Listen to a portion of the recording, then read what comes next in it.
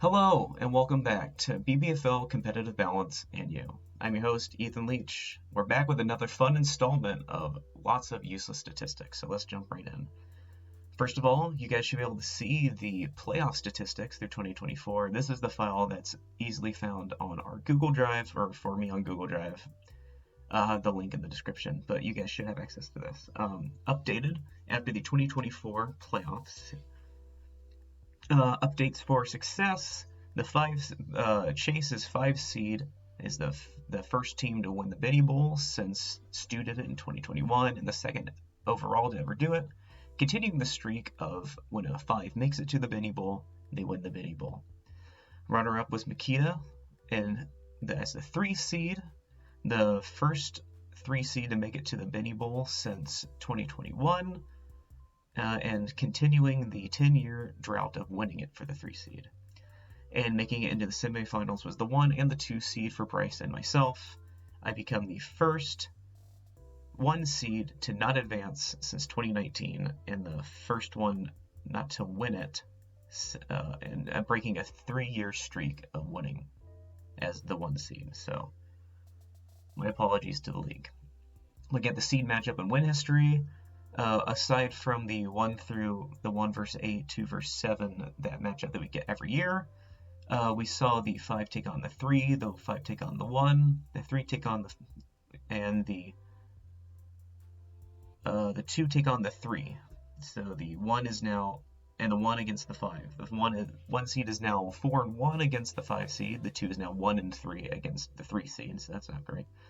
The 3 is 0-2 against the 5 and 3-1 against the 2, so try and get that matchup. 5 is 2-0 against the 3 and 1-4 against the 5. Again, pretty cursed if you're there at the 5 seed. Had shuffling around of the overall win percentage in the playoffs for each seed. The number 1 seed retakes the top spot with a 19-8 record and a win percent of 0.7. Following closely behind, shockingly, is the 2 seed. We had a 13-12 record at just over 500. And then we had a tie for third between the 3 seed and the 6 seed, which is super interesting to me. Both at 500, with the 6 seed playing 2 extra games, 1 win and 1 loss, respectively. Next up is the 5 seed at 11-12, the 8 seed at 9-10. Then the 4 seed and the 7 seed. So the 7 makes sense down there, but I always find it interesting that the 4 and the 5 get so mixed up in there. Missing seedagomies. We've never seen the 7 and the 8. We've never seen the 1 take on the 2, the 3 take on the 8, or the 4, or the 4 take on the 7 or 6, and the 5 take on the 7 or 6. So maybe we'll get one of those soon. First round stats. The 1 seed is now 8-5, 2 seed is 9-4, 3 seed is 6-7, 4 seed is also 6-7. And then we flip those. The 5 seed is 7-6, 6 seed is 7-6, 7 seed is 4-9, and the 8 seed is 5-8 in the first round. The Benny Bowl hangover is my new favorite thing that I added last year. How it works is that we take the champion from last year, we see how they did in the next playoffs. For example, in 2018, I was the Benny Bowl champion. I lost in the first round to Nick, who ended up being the Benny Bowl runner-up. Then the next year was James. So, 2023, obviously, Chase was the champion, and no one killed the king. So there's no regicide, and going into 2024, reigning champion Chase, see what happens next year. Our first ever repeat. Manager records. Chase joins the illustrious group of winning 3 Benny Bowl championships, 2012, and 2 back-to-back 2023 to 2024. Apologies. We have another updated stat for appeared in 2 Benny Bowls, but never won. MacLeod joining from 2020 and 2024. If he's not careful, that could turn into a Buffalo situation and getting to the playoffs and not be able to win it. Largest margin of victory hasn't changed, nor is the smallest margin of victory, though you'll notice, got a hyperlink here to a certain YouTube video, check it out. Little side notes, seeds that have never won the Benny Bowl, the 6 and the 7 seed, and the seed that's never lost, the 5 seed. And finally, our winning droughts. The 4 seed has not won a playoff game, since 2020. Following that up is the 8 seed that hasn't won a game since 2021.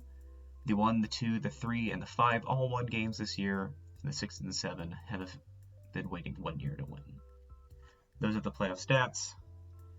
Those are pretty straightforward. We're going to move on to the meat and potatoes of this here video. Competitive balance. Doesn't look too different from this year. I've got my notes here to the left. No big changes in theory. I did play around with adjusting the SOS schedule. When I was looking it over, I saw that the NFL, instead of having some crazy number, they do all the math, at ESPN in particular, when they do their strength of schedule.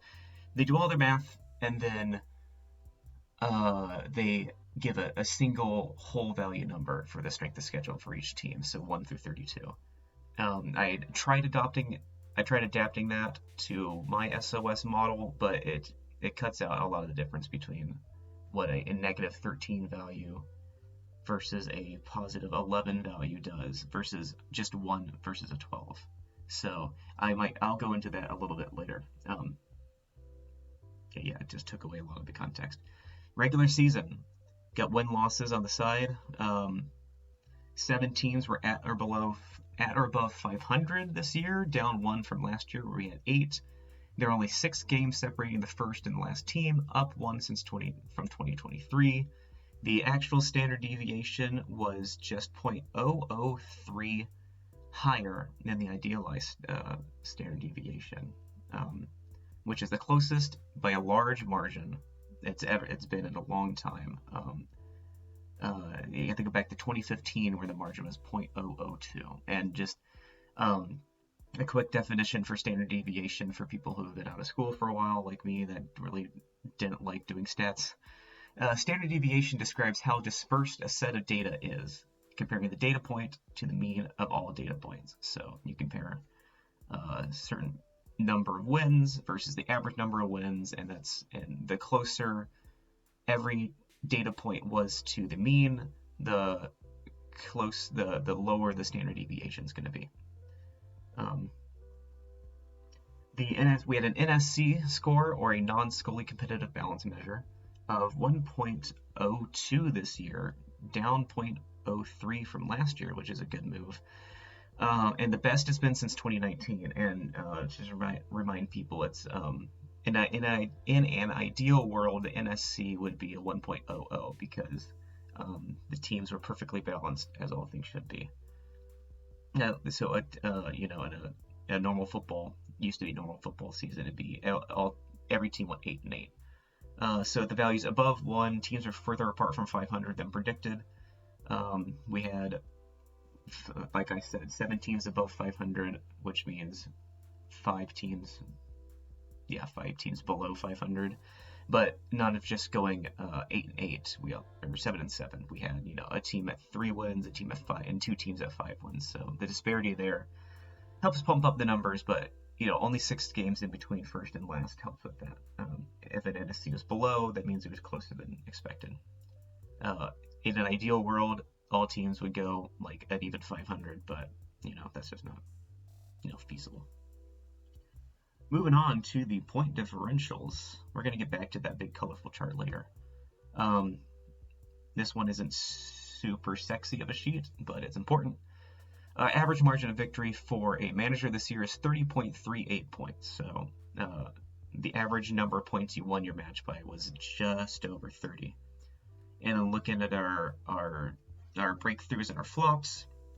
I gave the title this year to Makita. Oh wait, I missed some of my own points. The highest margin of victory for any manager was Makita with an 8. He won by an average of 18 points per game. The lowest was Stu, losing by an average of 16 points per game. And the closest there was Ryan with 1.57 more points than his opponent on average. So he was squeaking out victories left and right, is roughly what that means. Anyway, onto this. I kind of eyeball which team I feel had the best turnaround and which team had the worst finish, if you want to put it that way. Our best turnaround was Makita. He started off one of 3, only winning one of his first 4 games and only losing 2 down the stretch for an even 9-5 record with at the top of the league with 3 other teams, versus Noah, who stunned the league in his first year with a 4-0 start and only won 1 game the rest of the run. That's it hurts. We've all been there at least once. So you're in our thoughts and prayers there, Noah. On to the most obscure part of today, the ETH and SOS sheet. So I've gone through and recolored some of these. So that's really the only main difference. Like I said, I played around with some of the theory, but I decided to keep it intact. I did a lot. I tooled with it a lot, and I felt like this was still the best version of it. So for the uninitiated, the ETH stands for ETH's excuse formula, which you're not supposed to use the word in the acronym, but you can go suck a dick. So this is an adaptation of the simple rating system developed by Pro Football Reference. It's the difference between a team's average margin of victory and the strength of their schedule. A higher value, their path to the postseason. It's kind of seen as a combination of performance and luck. The lower the strength of schedule, the SOS, and easier a team's opponents were on average, they just scored lower points on average against that team. So, for example, and this is not reorganized. It's reorganized on the other chart, but just for raw data, I had an ETH value of 12.86 because my opponents scored an average of 128 points per game. Just what is that? Under or over? That's just under 2 points. Scoring just about 2 less points on average than the league mean. So my SOS score was a negative 2.5, and you subtract your average margin of victory, from your SOS, which when you subtract a negative, it turns still positive, turns more positive, gives you an ETH value of 12.86. So yes, checking my notes. So back over here, we've been reorganized here by ETH value. And I also, you'll notice if you look at the last year's data set, I recolored the bars so that the darker the green, the better the value.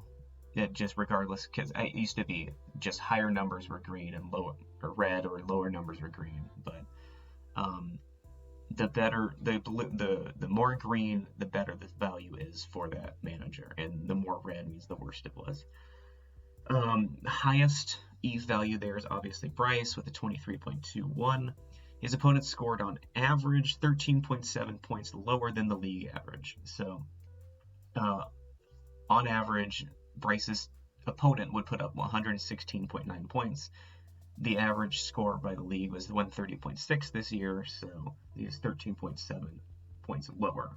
So they were scoring, when people played Bryce, they were scoring less than average. And though he didn't hit the mean either. He was about 4 points off of it. He was 4.2 off of it. But with that soft spot of points against, he also had the lowest points average. So that really helped him out there. Turn over my notes. The lowest ETH score was Stu. They're down at the bottom. He had a ETH value of negative 27.71. So his opponents, for points allowed, his opponents were on average scoring 142 points against him, which is like 12 whole points above average. While he was also putting up fewer points than the average. His opponents were scoring 16.1 more points than expected, and he put up about 4.5 fewer points than the mean. So, and then if we want to look right down the middle, Ryan had an ETH value of 1.57 since he was scoring almost a point more than the league, a third of a point more than the league average in each of his games, while his opponents were scoring just over a point under the league average. So almost all of his games, people were right there at like the league mean. Best and worst points for per game, Makita at 145.1 and Noah at 117.5. So he was averaging 117 points per game. Points allowed per game is the average score against the manager. So that takes the score of that manager.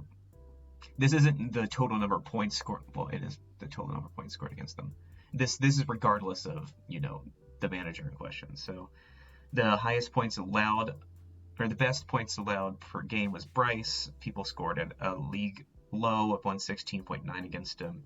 And then Stu was at the top with 142 points against him, like we covered earlier. The best and worst, the strongest and weakest, weakest and strongest strength of schedule, I should say, was Bryce and Stu again. Bryce's strength of schedule scores a -13, while Stu's was a +11. So his strength of schedule was obviously, Stu had a much harder path to the playoffs. Best and worst average margin of victory was Makita with an average of 18 points on his opponent, and Stu with being outscored by an average of 16 points. So best EVE was Bryce, lowest was Stu. We already went over that. Honorable mention, want to throw this in here, for Ian. He had the 4th highest points for in the league of 137.7, so scoring 7 more points than average per game, but also the 2nd highest points allowed per game of 140.1. So even though he was scoring the 4th most per week on average, this is all still on average, his opponents were knocking it out of the park basically every week with him. It's about as unlucky as it gets. And final part over here is the competitive balance. This one, I should look into if this is actually any statistical significance. I just take the seed, I take the playoff seed, right here, and I take where they finish, right here, and then I just subtract A from B, and then the bigger the difference, the more ridiculous it is. Here's all the math for it. You can remember that if you want. The 0.44 EAV value is down from last year a smidge. I had other notes, but they were down, so I switched them out. Yeah. And the NSC is, I adapted it over here, but it's not super accurate. So EAV history is that takes each year's EAV and normalizes it on a scale from 0 to 1. So being on a 0.3 for EAV history means it was actually a pretty normal year, relatively. Jumping over one more time. And our final stop of the evening is the graphs, the very lovely graphs.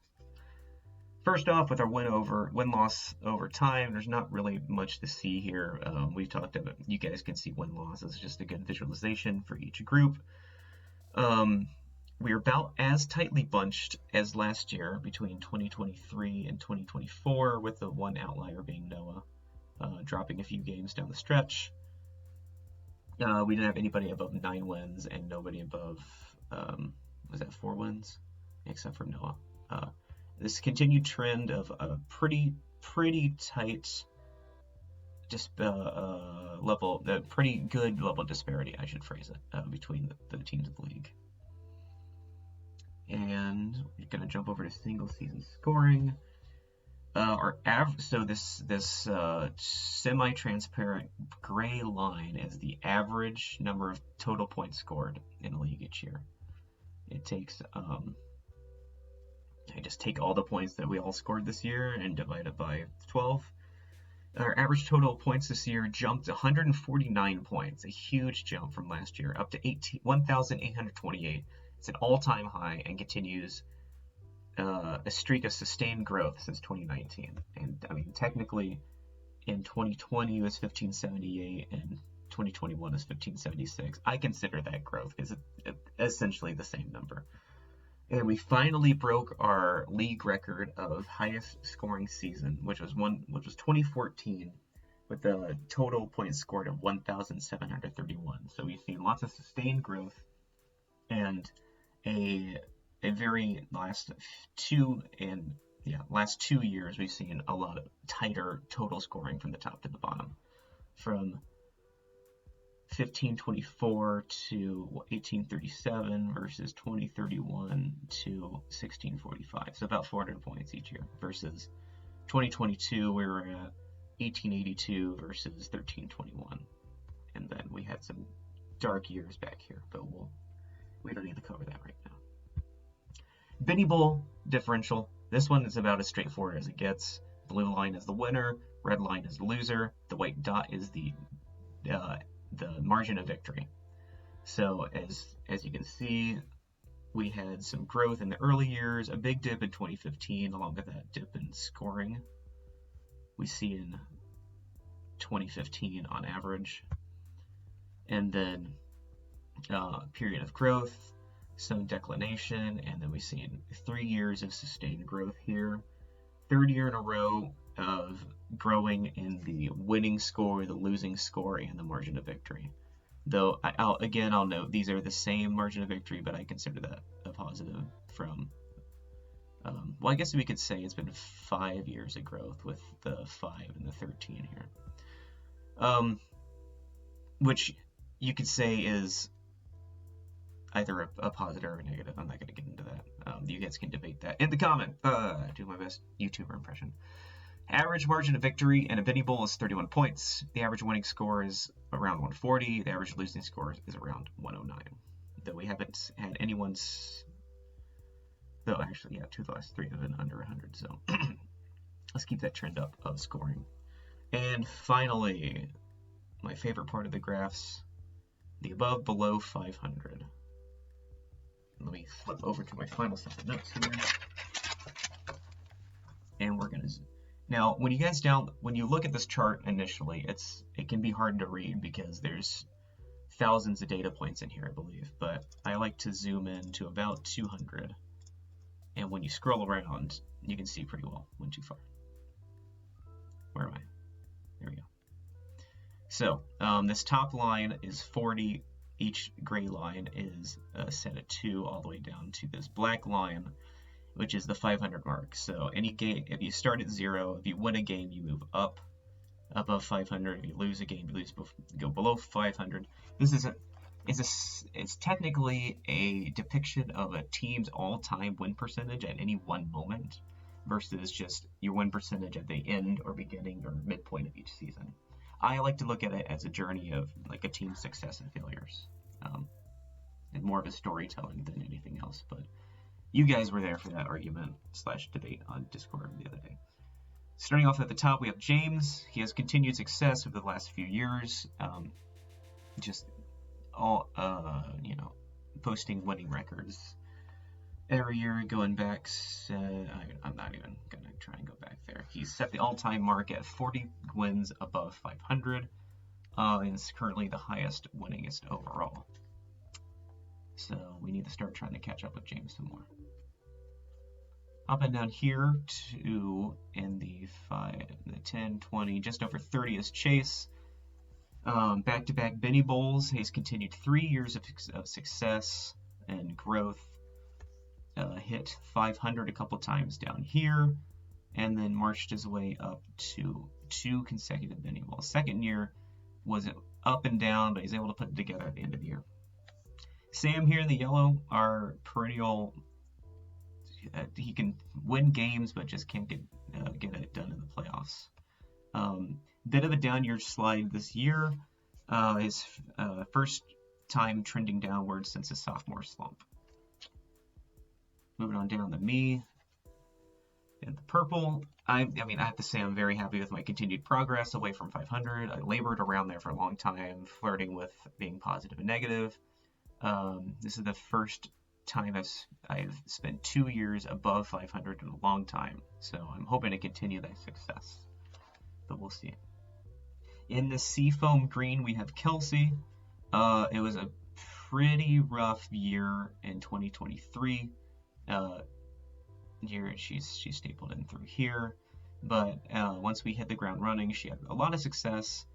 Ended up dropping in the playoffs, which happens in the best of us. But I'm glad to see that she's now moving back in the positive direction after correcting the ship from 2023. Kayla's here, the teal, aquamarine, whatever you want to call it. Still flirting around 500. She's had a lot of success in her first 3 years. Finishes right around where she finished her second season, but we've seen a lot of promise out of the Dunder Mifflin squad. In the orange is Ian. Ian's this year slipped under 500 for the first time since week 13 of the 2015 season. He hit 500 in week 14, and he's been well above 500, and then flirted with the line a couple times. First time dipping below again since the end of the 2015 season. I'm sure we'll see him back above that black bar real soon. In the dark red, we have Bryce, who has another season of promising growth. 2 years ago, he was down here in negative 12 games under 500, and he's been slowly climbing his way up to flirting with being only 6 games out from breaking even. So I'm sure we'll see him finally break that black bar next year. Up next, we have Noah in the dark green. He started hot, he finished not. Welcome to the BBFL, bud. And last here on our graph is Makita in the pink. He's finally starting to make some movement out of the basement of the above below, which we were hoping to keep consistent. He's labored down here for many years with lots of good seasons and then heartbreaking seasons. But I hope this is an upward trend that's going to continue. Now you may notice we're missing someone from this graph. And the reason that is that when we pull up the official above below 500, including Ryan, his win-loss is such a statistical anomaly, or not anomaly, it's such a statistical outlier that when you try and view his graph, the graph with him, versus this, you're able to make out the data points in between so much easier because the bottom half doesn't have to extend so far low to account for all the data points. So it's a lot easier to read this one versus this one. But Tuck Sanity started off hot, and then the floor fell out for him. So we hope we start seeing this trend come back up. I'd love to see this white line come back into existence. And then maybe we won't need a separate graph for him. We've got 6 teams. We have 6 teams above 500. We have 6 teams below 500, which is pretty interesting. The current max distance between 2 teams is 95 wins between James at 39 at the end of the season and Ryan at 56. Well, I should say James 39 games above 500. Ryan at where'd that go? 56 games below 500 for a total of 95 wins between the 2 squads.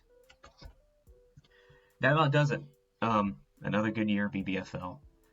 No crazy statistical changes, but I love doing this stuff. I'm glad anybody finds it even interesting. I'll have links to all the graphs and everything in the comments below. Check out the BBFL Rewinder on Benny Bowl 9, the closest Benny Bowl in history. Right here. It still gives me chills sometimes when I watch that. Yeah, not that I'm such an amazing filmmaker, but that it really did come down to the end. It really did come down to our boy Nate Sudfeld. So thanks for you guys for watching. Be on the lookout in the next, hopefully, couple weeks when I get that BBFL greatest of all time video out. I had to do a lot of retooling on the formulas. I realized I was using wrong data. I was using wrong calculations for a lot of the you'll see where the calculations come in.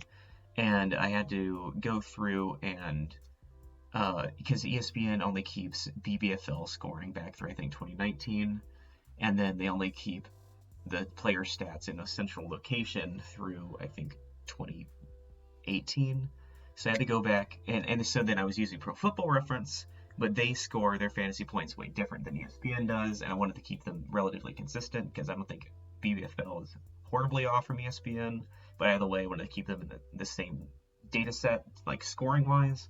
So I had to go through and manually find all the scores for the players I was looking at. But a labor of love. So hopefully I have that out soon. I'll also link the trailer for that in the description below. Thank you guys for watching, and may Benny have mercy on our soul.